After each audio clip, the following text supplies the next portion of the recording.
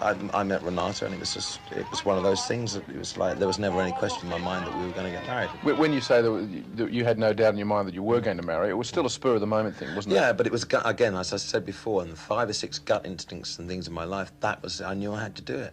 And we'd never been out together, except more or less for the time, once in Montserrat, and once in Sydney when I proposed. And was it a whirlwind romance? Because you haven't really talked about it. We saw the wedding, yeah, and then you've done this world tour and all the rest of it. Was it a whirlwind romance, or had you been cogitating it for a long time? Well, I'd often done that. But it was, yes, it was kind of whirlwind. But I know I'd met her before. Renate's an engineer, and I'd met her on the previous album, and she was engineering on the Breaking Hearts album. Was it true that you asked her over a meal of curry? Yeah, absolutely, in Sydney, and she doesn't drink wine.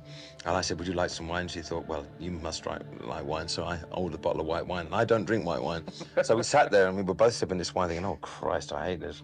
I never went out with my wife before we got married. I mean, it was like, I knew we were going to get married. I knew I should get married to her. And we never, we went out for a curry and that was it. We got married. And it was great to do it like that. But there was no sort of pre-romance or anything. And it was just a chemistry between the two of us, and I had no doubts. And I thought that my time of life, it's about time I took the plunge. And we had no serious thoughts about, well, obviously we had serious thoughts because getting married is a serious thing. You can't take it flippantly. Yeah. What a gamble. Yeah, but I've always gambled on things that are gut feelings in my career. Doing certain things, I just knew it was right. And if I hadn't taken the gamble at that time, I would have been very, very sorry because I just wanted to. I wanted to change my lifestyle. I just wanted to make an effort and see if I could do it. And I just knew that if I didn't seize that opportunity, I'd probably regret it. So how's married life suiting you? It's very nice, nearly a year, So we've seen each other 3 times. But no, we're very happy. Has being married changed you? I mean, changed your lifestyle or changed your way of thinking about things? Or? Not really. It's made me much more tolerant and much. But then Watford happened to do that in a way. It's been good. And it's worked out really well. And it's getting better and better. And it's 3 years next February. And a lot of people. I mean, I knew I was setting myself up. I got some wonderful telegrams. You may be on the floor. You may be standing, but we're all on this blank floor.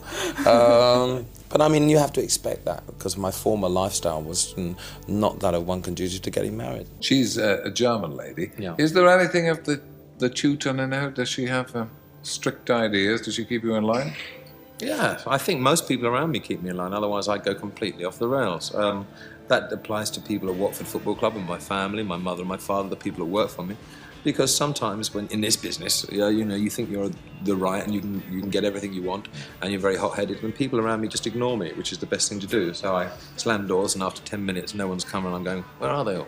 And I know I think everybody around me has been pretty level-headed as they treat me, because I'm a monster sometimes. I may be the nice little boy next door, but you should see me sometime.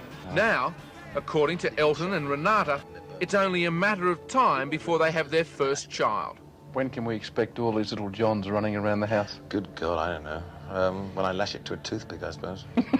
Will you have more than one child?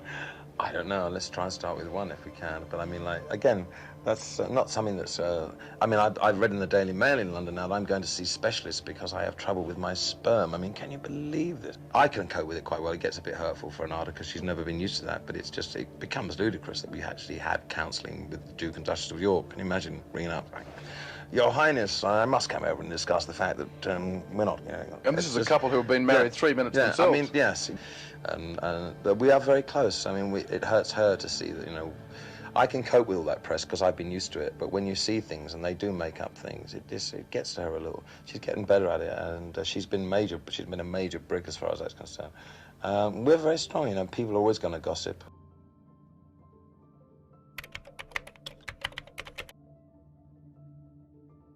Yeah, I was exhausted mentally and physically. I didn't know what I wanted out of life. The voice thing coming out. I wanted to stay in Australia, watch the cricket. I don't know. I can't explain what it was. I couldn't even explain it to her. It was nothing to do with a great big row or anything like that. And she took the whole situation very well because she's a very elegant and she's a great lady. And she understood that and she went away and she lived in London for a while. And when all this thing in the Sun happened, I said, listen, you've got to come back here because she was being hounded as well. And so we went through it together, and it brought us back together. Every couple's going to have their ups and downs, whether it's with me or in show business or any occupation.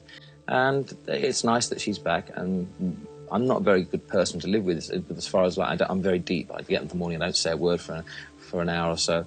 I don't talk very much, which is one of my faults. You wouldn't have judged me by the way I'm going on here. But, I mean, in the relationship, because I think basically, because I've been so busy, I mean, I've had 3 or 4 years of just doing non-stop work. And when I've been, actually, that's 3 or 4 years I've been married. So it was nothing to do with her at all. It was me trying to work my own self out. And as a result of this, it's all come back together again, which is lovely. Yeah. Do you love each other? I always will love her, yeah, absolutely. I think she loves me and I love her. You know, it's just certain situations, right, where we'll have a row or we'll have a parting of the ways for a couple of months. But, I mean, that happens to every couple. I think we understand each other a lot more because of what's gone on. And yeah, I do love her. I always will. I think everybody was very sad when you put out that statement saying that you were going to be separated. Do you think you were forced into putting out that statement? I wasn't forced into it, but, I mean, it was very hurtful for her. It kind of was a bit for us. Like the press actually, and again, saying that I think the press treated us very well because I think the press knew there was something wrong, and I kept saying, no, it's okay, and she did it. And in fact, it wasn't as good as we were making it out to be. And I think the press could have hauled us over the coals a lot more than they did. And I think they were very supportive in that. And I'd like to thank them for it. They could have had a heyday with Renate and I, but they didn't. Conducting a marriage in the spotlight can't be easy. Anyway, I mean, you're probably much more used to the spotlight than Renate ever was. Yeah, Renate was just an engineer in a studio, and she's adapted so well to the lifestyle. I mean, it hasn't been easy. But I think she's a very elegant lady, and she's a very dignified lady. And whatever she's done in the situation that we parted was nothing to do with her. It was to do with my brain being fried after 3 or 4 years hard work. So she's been wonderful.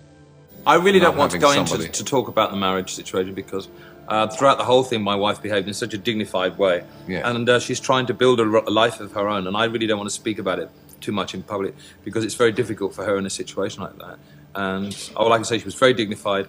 I do miss not seeing her, but that's the situation we're in, and I just really don't want to talk about that. Just for her sake. Is that okay? Would you, of course. I didn't really mean to talk about your marriage, but about whether you you would consider being married again. Whether you'd want to. I wouldn't think so.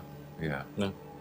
What about children? Would you like to have a family? It's a bit late now. It's.